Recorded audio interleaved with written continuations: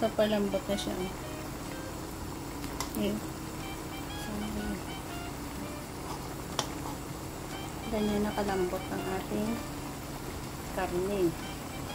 And, nakuha natin ang sakto at tamang lasa na gusto natin. Harap! Hello and good day. Another recipe ang gusto natin ibahagi sa inyong lahat. Napaka-simpleng mga ingredients ang ating gagamitin. Pangunahing sangkap natin ay karne ng baboy. Lagyan natin ng tofu, garlic at ginger. Yan lang ang mga sangkap na ating gagamitin. So stay tuned kung paano natin gawin yan.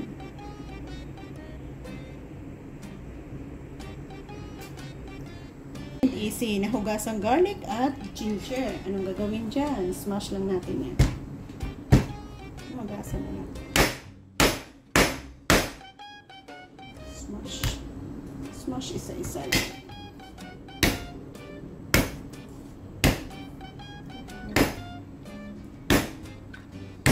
Nabuo na natin lahat. Slice natin yan. And this. So, we have a perfect smash ginger and garlic. So, go on na tayo sa ating cooking wok.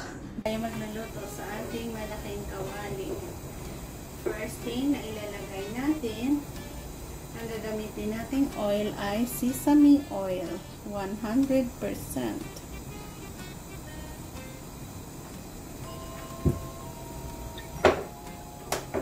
Next, ang na-smash na garlic at ginger.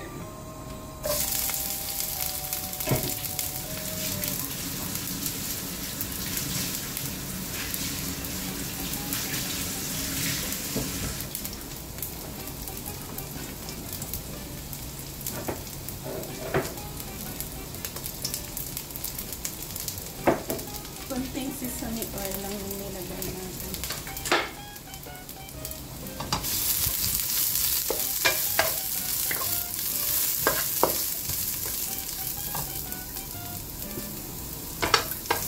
So, ilagay natin ang ating madaming karne ng baboy.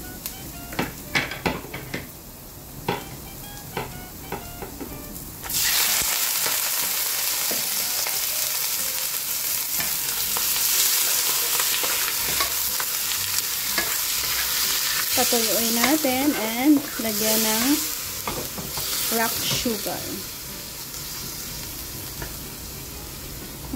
Cover muna natin dyan.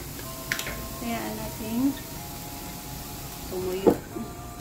Yan, silipin natin. Lumabas na siguro ang katas ng ating karne. Ayan na nga. So, ipa-dry natin yan hanggang sa lumabas ang oil niya. Sabay magiging brown-brown yan.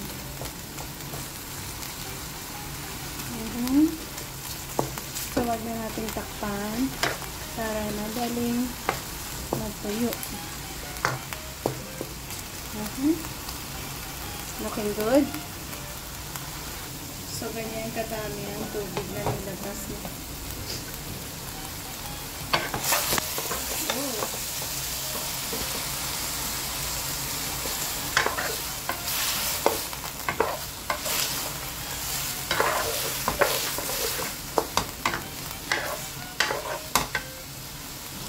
Mabilis lang naman tumulo. So, kanina nilagyan natin yun ng sesame oil. Ngayon naman, lagyan natin siya ng normal na oil. Normal.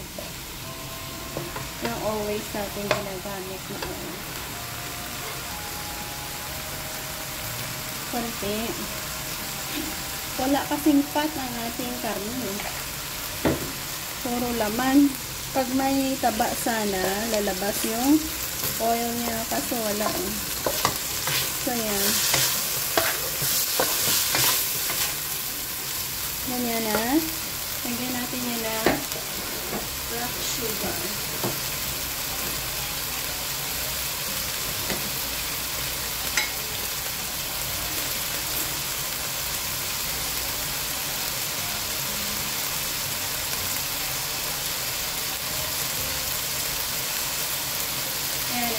sugar. Konti.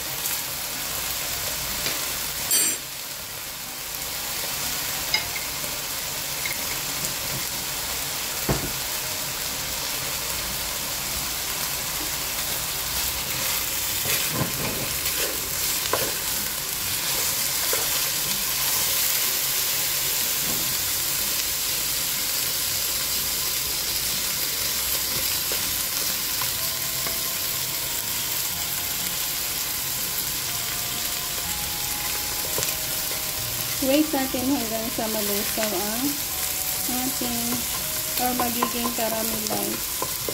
Magiging brown. Hindi ko na tinanggal. Malaki din naman ang kawali natin.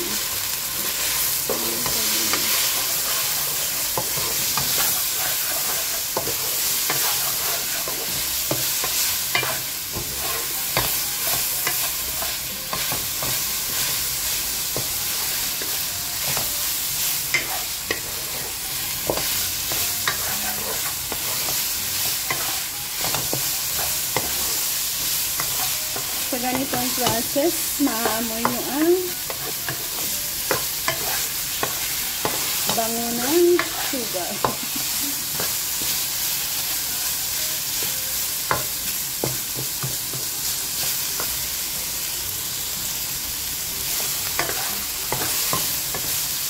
Hintayin natin mag-brown.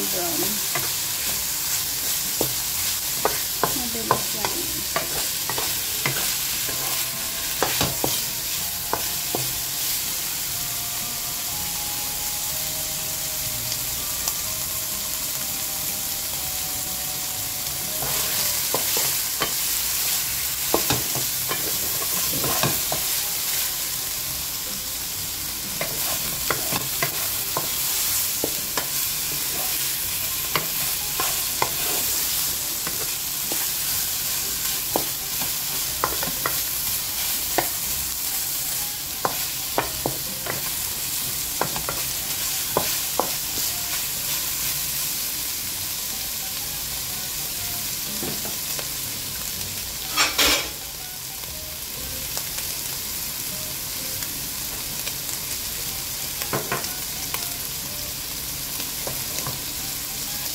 On tayong tubig dyan.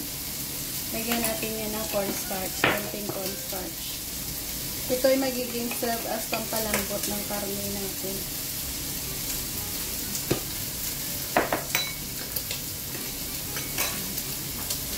Balikan natin.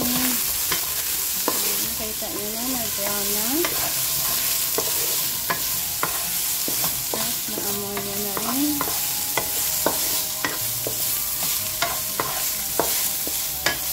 This time, lagyan na natin ng soy sauce.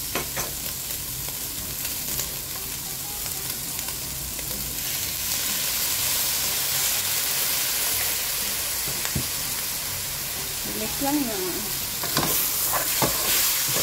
At ilagay natin yung mixture ng ating cornstarch. Ito muna unahin natin. Para serve as pampalambot ng karne natin.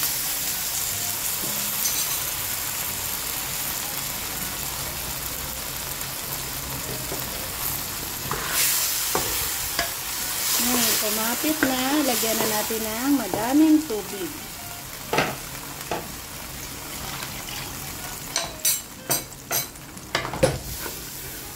At hayaang lalambot dyan. Hanggang sa makuha natin ang saktong soft ng ating karne.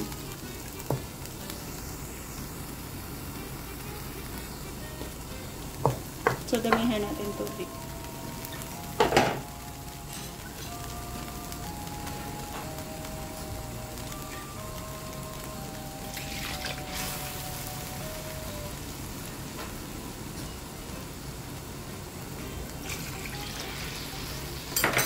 Nag-add tayo ng black pepper at MSG.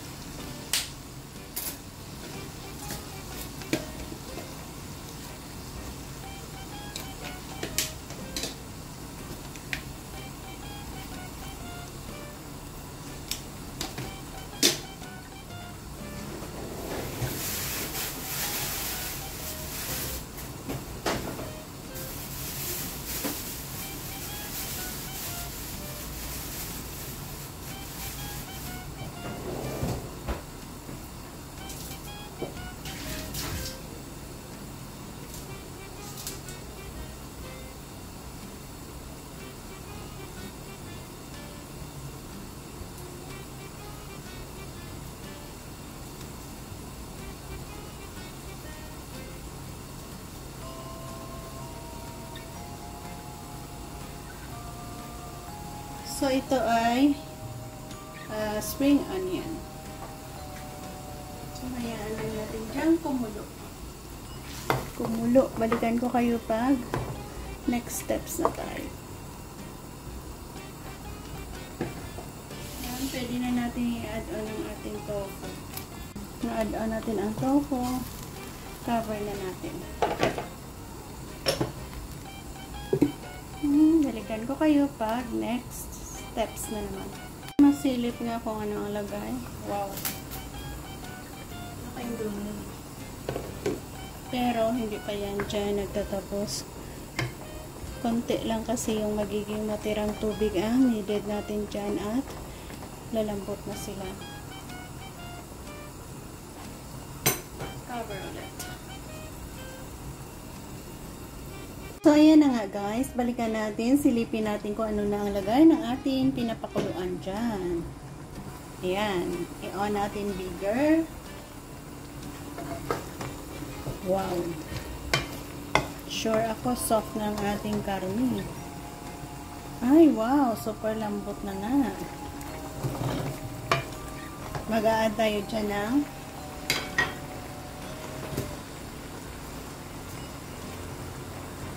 yan, oyster sauce.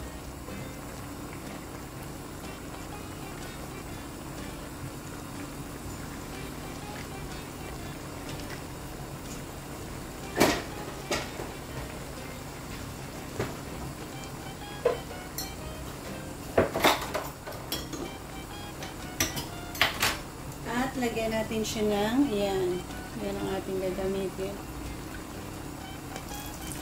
Chinese wine. Konti. Tikman.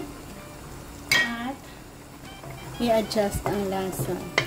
Lagyan ng salt kung kulang. Pero ito na yung perfect na softness na kailangan natin.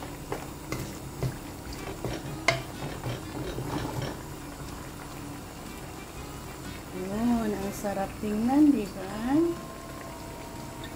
Kumukulo-kulo.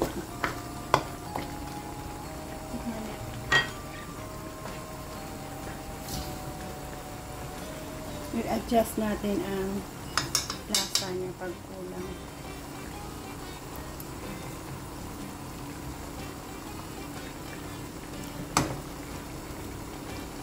Sarap.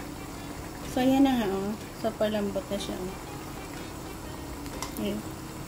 So, ganyan nakalambot ang ating karne. And nakuha natin ang sakto at tamang lasa na gusto natin. Harap. So yan guys, thank you for joining me again. Hopefully nagustuhan nyo ang ating pamamaraan ng pagluluto ng karne ng baboy at tofu. So, ayan na nga siya. Easy recipe na kay dali lang din naman gawin. Ang pagpapakulo lang at ang pagpapalambot, yan ang nagpapatagal. Pero in a process, very simple and easy lang. And dyan natin i-serve. Isang napaka-tasty. Yan. O, diba? Masarap ang ulam natin.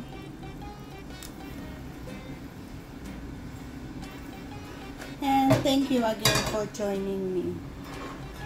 So, ayan ang ating easy and flavorful dish for today. Next, mayroon tayong partner dyan. Pakita na rin natin. Pero hindi ko na kayo sabay. Hindi pa naluto. Yan at kulay. Bye guys and God bless us all. Salamat again sa pagsabay sa akin.